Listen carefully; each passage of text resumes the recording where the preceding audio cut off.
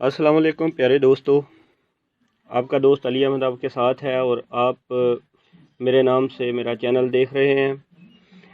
आज मैं आपको विंटर वेजिटेबल्स में ब्रसल्स स्प्राउट इसको कैसे ग्रो करते हैं ये तरीका बताता हूँ। ब्रसल्स स्प्राउट नाइट्रोजन रिच साइल में ये ग्रो करता है और वेल ड्रेन्ड साइल होनी चाहिए।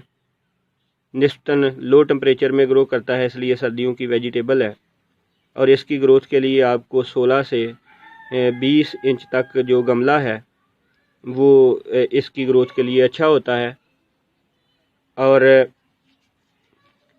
इसमें सिंगल प्लांट एक एक गमले में लगाया जाता है, तो तब इसके ऊपर ये फ्लोरल हेड्स जो हैं ब्रसल स्प्राउट के ये प्रोड्यूस हो जाते हैं, ये पैदा हो जाते हैं। तो चूँकि इसको बहुत ज़्यादा नाइट्रोजन चाहिए, इसलिए ये जो ऐसी मिट्टी में आप लगाएं, अगर इसकी अच्छी ग्रोथ चाहते हैं जिसमें आपने ब्लड मील शामिल किया हुआ हो या कॉटन सीड मील है या फिर जो है काऊ डंग कंपोस्ट है या कोई और कंपोस्ट है, उसकी ज़्यादा मकदार इसको चाहिए। पहले स्टेप पे हम इसकी पनीरी तैयार करेंगे और इसके लिए पनीरी तैयार करने के मुख्तलिफ़ तरीके हैं। एक तो ये कि हम इस तरह की ट्रे जो है उसको इस्तेमाल कर लें। अगर आपके पास ट्रे नहीं है तो आप इस पर पाट भी कोई इस्तेमाल कर सकते हैं, प्लास्टिक पाट या क्ले पाट, कोई भी आप इस्तेमाल कर सकते हैं। तो जो पनीरियों का जो मीडियम है वो ये परलाइट और कोकोपीट और इस तरह का मटेरियल जो है मिक्स किया हुआ होता है, इसमें इसको ग्रो करते हैं।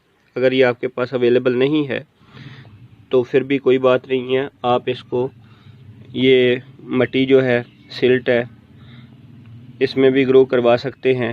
इसके साथ साथ अगर ये भी नहीं है तो आप गार्डन साइल लेके इसमें भी ग्रो करवा सकते हैं। पहले स्टेप पे हम इसमें ये मट्टी भर के तो इसकी ऊपर वाली सतह को बिल्कुल लेवल कर देंगे, प्लेन कर देंगे और उसके बाद इसमें मुनासिब फासलों पे हम एक एक सीड जो है वो लगा देंगे। ये इसके अंदर से सीड निकले हैं।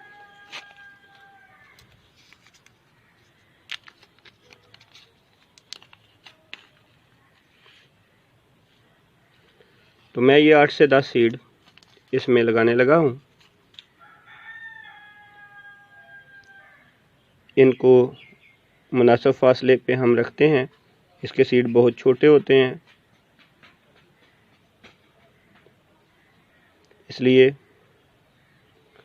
इनके ऊपर जो आप कवरिंग लेयर इस्तेमाल करेंगे जो इसके सीड की सरफेस को कवर करने के लिए, तो वो भी बारीक होगी, थिन लेयर होगी, यानी बहुत मोटी तय हम इस्तेमाल नहीं करेंगे। ये सीड हमने रख दी इसमें, तो अब इनकी सतह को जो है वो कवर कर देंगे हम इस तरह से।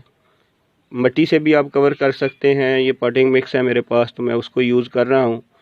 तो इनको कवर करने के बाद जो है वो आप इस तरह से, ये आपका गमला तैयार हो गया। अब जब हमारा ये पॉट तैयार हो गया है तो एक तरीका तो ये है कि बारीक शावर से हम इसकी सतह को अच्छी तरह से मॉइस्ट कर दें, और दूसरा तरीका ये जो मैं इस्तेमाल करता हूँ वो ये है कि इसके नीचे चूँकि ये बहुत ज़्यादा ड्रेनेज होल होते हैं, तो ये जो ड्रेनेज होल हैं इसके, इनकी मदद से ये पानी इसमें खुद ब खुद जज़ब हो सकता है।